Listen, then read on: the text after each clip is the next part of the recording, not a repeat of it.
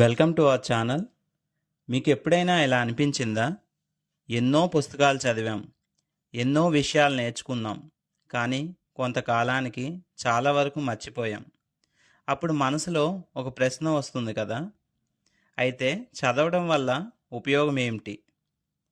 ఈరోజు నేను మీతో ఒక అద్భుతమైన కథను పంచుకోబోతున్నాను.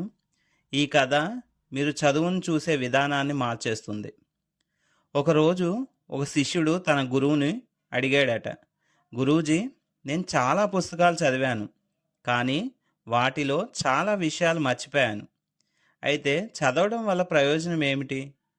గురువు వెంటనే సమాధానం చెప్పలేదు. నిశ్శబ్దంగా అతని వైపు చూశాడు. కొన్ని రోజులు గడిచాయి.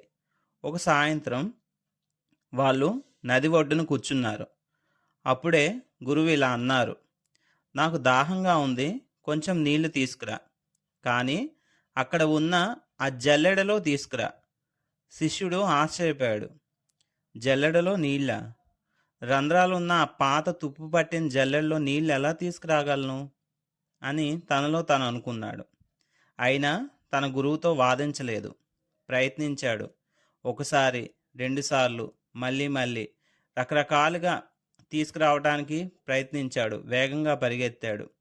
ఎన్నో విధాలుగా ప్రయత్నించాడు, కానీ నీళ్లు ఒక్క చుక్క కూడా నిలబడలేదు. అలసిపోయి నిరాశతో ఆ జల్లెడను గురువు కాళ్ళ దగ్గర పడేసి అన్నాడు, గురూజీ, నన్ను క్షమించండి, నేను విఫలమయ్యాను, ఇది అసాధ్యం. అప్పుడు గురువు చిరునవ్వుతో ఇలా అన్నాడు, నువ్వు విఫలం అవ్వలేదు, ఒక్కసారి ఆ జల్లెడను చూడు. శిష్యుడు కిందకి చూశాడు. అప్పుడు అతను ఒక విషయం గమనించాడు. ఇప్పటివరకు మురికిగా, పాతగా, నల్లగా ఉన్న ఆ జల్లెడ ఇప్పుడు మెరిసిపోతూ శుభ్రంగా ఉంది. నీళ్లు అందులో నిలవలేదు, కానీ మళ్ళీ మళ్ళీ ప్రవహిస్తూ దాన్ని పూర్తిగా శుభ్రం చేశాయి.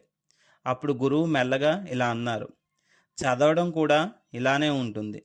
నువ్వు చదివిన ప్రతిదీ గుర్తుండకపోవచ్చు.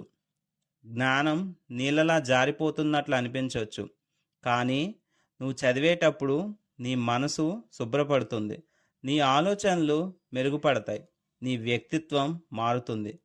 ముఖ్యంగా నువ్వు గుర్తించకుండానే లోపల నుంచి నువ్వు నెమ్మదిగా మారిపోతావు. అందుకే మీరు చదివినవి మర్చిపోతున్నామని ఎప్పుడు బాధపడకండి. మీరు చదివే ప్రతి పేజీ మిమ్మల్ని ఒక మంచి వ్యక్తిగా మలుస్తుంది, నిశ్శబ్దంగా, లోపల నుంచి. Thank you so much.